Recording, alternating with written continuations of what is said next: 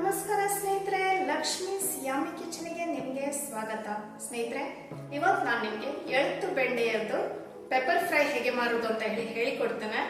Very easy method, just 2 minutes ಒಳಗೆ very delicious side dish ready ಆಗುತ್ತೆ. So first ingredients ಯಾವ್ದಂತ ಹೇಳಿ ನಾನು ನಿಮ್ಗೆ ತೋರಿಸ್ತೀನಿ. ಸ್ನೇಹಿತರೆ, ನಾನಿಲ್ಲಿ ಬೆಂಡೆಯನ್ನು 1ಕ್ಕೆ 2 ಭಾಗ ಮಾಡಿ ಇಟ್ಕೊಂಡಿದ್ದೇನೆ. ಹುಳ ಎಲ್ಲ ಇದ್ರೆ ಸರಿ ಗೊತ್ತಾಗಬೇಕು ಅಂತ ಈ ರೀತಿ. ಸೊ ನಾನಿಲ್ಲಿ 1/2 ಕಿಲೋ ಬೆಂಡೆ ತಗೊಂಡಿದ್ದೇನೆ. ಈಗ ಇದಕ್ಕೆ ನಾನು ಪೆಪ್ಪರ್ ಆ್ಯಡ್ ಮಾಡ್ತಾ ಇದ್ದೇನೆ. ಪೆಪ್ಪರು ಮತ್ತೆ ಸ್ವಲ್ಪ ಸಾಲ್ಟ್.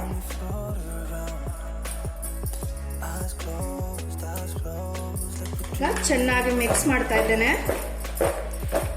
ರುಚಿಗೆ ತಕ್ಕಷ್ಟು ಉಪ್ಪು. ಬೆಂಡೆಗೆ ಜಾಸ್ತಿ ಉಪ್ಪು ಹಿಡಿಯುವುದಿಲ್ಲ. ಆಯ್ತು, ಈಗ ರೆಡಿ ಆಗಿದೆ. ಈಗ ಇನ್ನು ನಾವು ಕಾವಲಿಯಲ್ಲಿ ಹಾಕಿ ಶಾಲೋ ಫ್ರೈ ಮಾಡಿದ್ರೆ ಆಯ್ತು ಬೆಂಡೆ. ಸ್ನೇಹಿತರೆ, ಈಗ ಕಾವಲಿ ಕಾದಿದೆ, ಸಿಮ್ಮಲ್ಲಿ ಇಟ್ಕೊಂಡಿದ್ದೇನೆ. ನಾನಿಲ್ಲಿ 2 ರಿಂದ 3 ಸ್ಪೂನ್ ಎಣ್ಣೆ ಹಾಕ್ತಾ ಇದ್ದೇನೆ. ಜಾಸ್ತಿ ಬೇಡ, ಮುಚ್ಚಬಾರ್ದು, ಯಾಕಂದ್ರೆ ಅದು ಸಾಫ್ಟ್ ಆಗ್ತದೆ. ಬಟ್ ಈ ರೀತಿ ಮಾಡಿರೋದು ಇಲ್ದಿದ್ರೆ ನೀರು ಬಿಡ್ತದೆ ಬೆಂಡೆಕಾಯಿ ಮುಚ್ಚಳ ಮುಚ್ಚಿದ ಕೂಡಲೇ. ಹಾಗಾಗಿ ಮುಚ್ಚಳ ಮುಚ್ಚಬೇಡಿ, ಇದೇ ರೀತಿ ಫ್ರೈ ಮಾಡಿ ಸಿಮ್ಮಲ್ಲಿಟ್ಟು.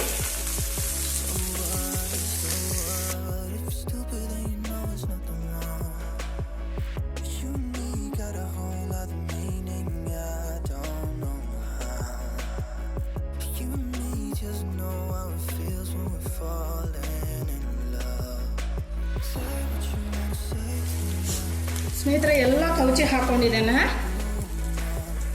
ಸ್ವಲ್ಪ ಇದರಲ್ಲಿ ಅಷ್ಟೇ ಎಣ್ಣೆ ಸಾಕು, ಜಾಸ್ತಿ ಎಣ್ಣೆ ಬೇಡ. ಇದರಲ್ಲಿ ಎಣ್ಣೆ ಕೂಡ ಜಾಸ್ತಿ ಬೇಡ. Very simple recipe, very tasty and very healthy. ಸ್ನೇಹಿತರೆ ನೋಡಿ, ಚೆನ್ನಾಗಿ ಫ್ರೈ ಆಗಿದೆ. ಈಗ ತೆಗಿಬಹುದು. ಈಗ ಎಲ್ಲೂ ಓವರ್ ಫ್ರೈ ಆಗಲಿಲ್ಲ, ಜಾಸ್ತಿ ಹೊತ್ತು ಬೇಡ, ಜಸ್ಟ್ ಒಂದು 5 to 10 minutes ಅಷ್ಟೇ, ಜಾಸ್ತಿ ಎಣ್ಣೆ ಕೂಡ ಬೇಡ. ಆಯ್ತು, ಈಗ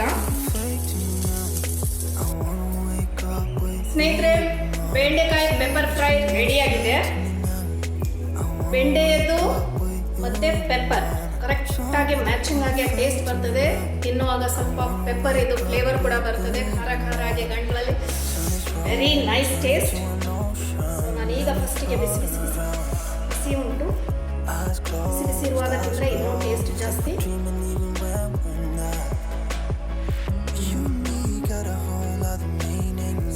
ಟೇಸ್ಟ್ ಇರುತ್ತಾ? ಸೊ ಸ್ನೇಹಿತರ, ನೆಕ್ಸ್ಟ್ ಟೈಮ್ ನೀವು ಟ್ರೈ ಮಾಡಿ. ಇನ್ನು ನೆಕ್ಸ್ಟ್ ರೆಸಿಪಿಯೊಂದಿಗೆ ನಾನು ಏನು ಮಾಡ್ಬೋದು ಅಂತೇಳಿ ನಾನು ನಿಮಗೆ ಹೇಳ್ತೇನೆ. ಅಲ್ಲಿ ತನಕ ಜೈ ಶ್ರೀರಾಮ್, ಜೈ ಶ್ರೀಕೃಷ್ಣ. ನನ್ನ ರೆಸಿಪಿ ಇಷ್ಟ ಆದಲ್ಲಿ ಲೈಕ್ ಮಾಡಿ, ಶೇರ್ ಮಾಡಿ, ಕಮೆಂಟ್ ಮಾಡಿ, ಸಬ್ಸ್ಕ್ರೈಬ್ ಮಾಡಿ. Thank you.